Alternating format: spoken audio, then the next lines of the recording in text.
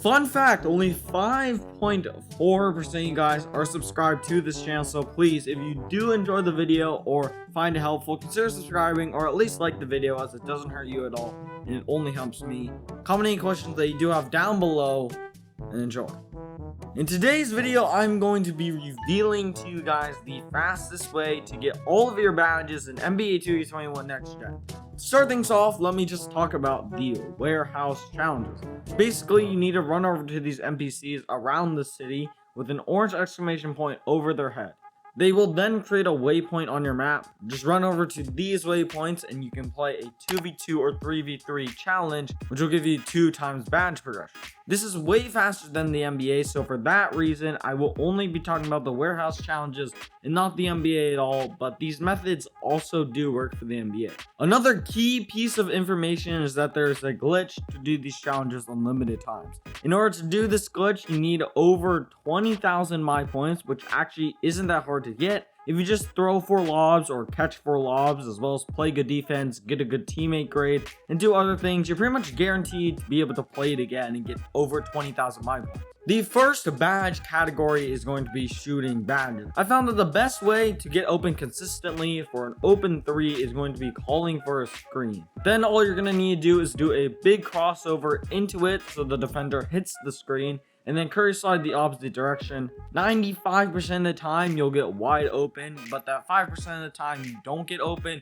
All you need to do is just call for the screen again. The reason why you can't just curry slide through the screen is because the person guarding you will be able to get over it from time to time, and additionally the person guarding the screener will just hedge a little bit and contest you. After you've made 3 3-pointers, just move on to another badge category, such as playmaking, since that's so much easier since they're going to start double teaming you. Second is find a jump shot that you like and you're really comfortable with. There are a ton of videos on the best jump shots in NBA 2K20 Next Gen, as well as there's one in the card above. And third, try to always shoot from the same place on the floor, since you'll learn that cue super fast and you'll be more consistent. Also, if you do want to go brain dead or you're just not really good at shooting, you can turn off shot timing, but most likely you're going to miss more often. You should also equip Rhythm Shooter and Hot Zone Hunter before equipping Deep Threes.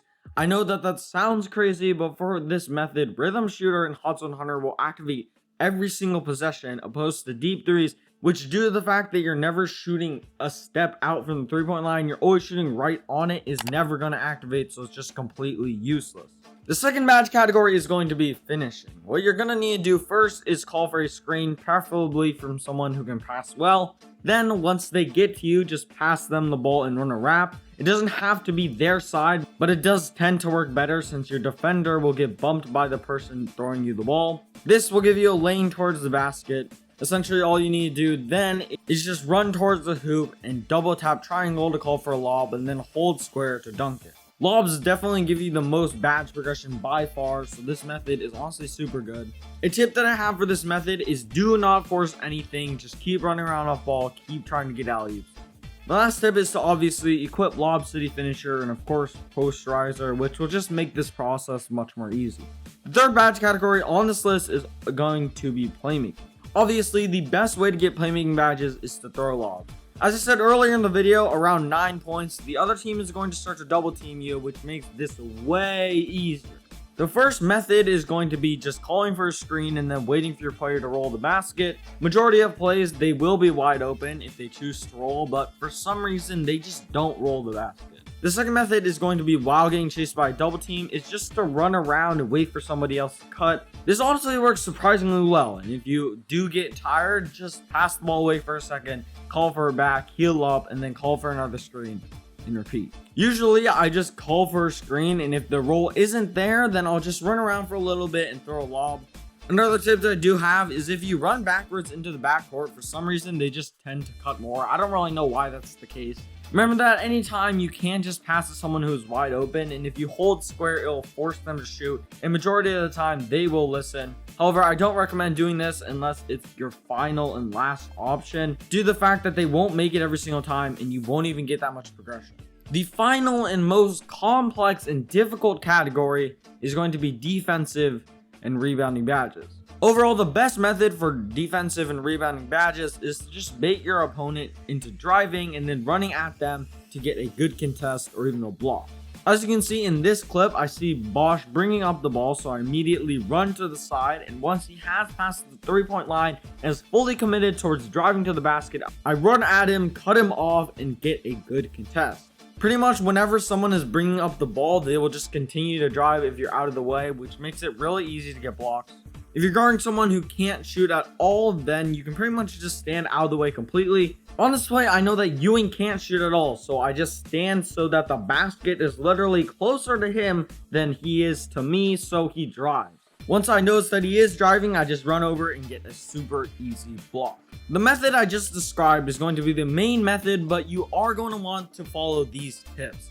Tip number 1 is going to be always get the boards. It's honestly so easy to get 5 rebounds per game, which is free badge progression. Second, whenever the ball handler is on a fast break or just bringing up the ball, run at them and try to get a bump steal. To get a bump steal, you cannot be in the center of the ball handler. You need to be off to the side where the ball is on. And by the way, guys, I can get a steal and a block per game very easily with a 25 steal rating and a 25 block rating. Third, if your opponent does get the offensive rebound, do not hang your head. This is actually a perfect opportunity to get a block and get a ton of progression. Very few players can just rise up and yam it on you, so if you just time your jump perfectly, you can easily get a block on their super soft layup. Anyways, y'all, that's pretty much it for the video. If you are new to the channel, be sure to subscribe. It does help me out so much. Like the video if you enjoyed it or found it helpful. Comment any questions that you have, and I'll catch you guys in the next one. I'm out.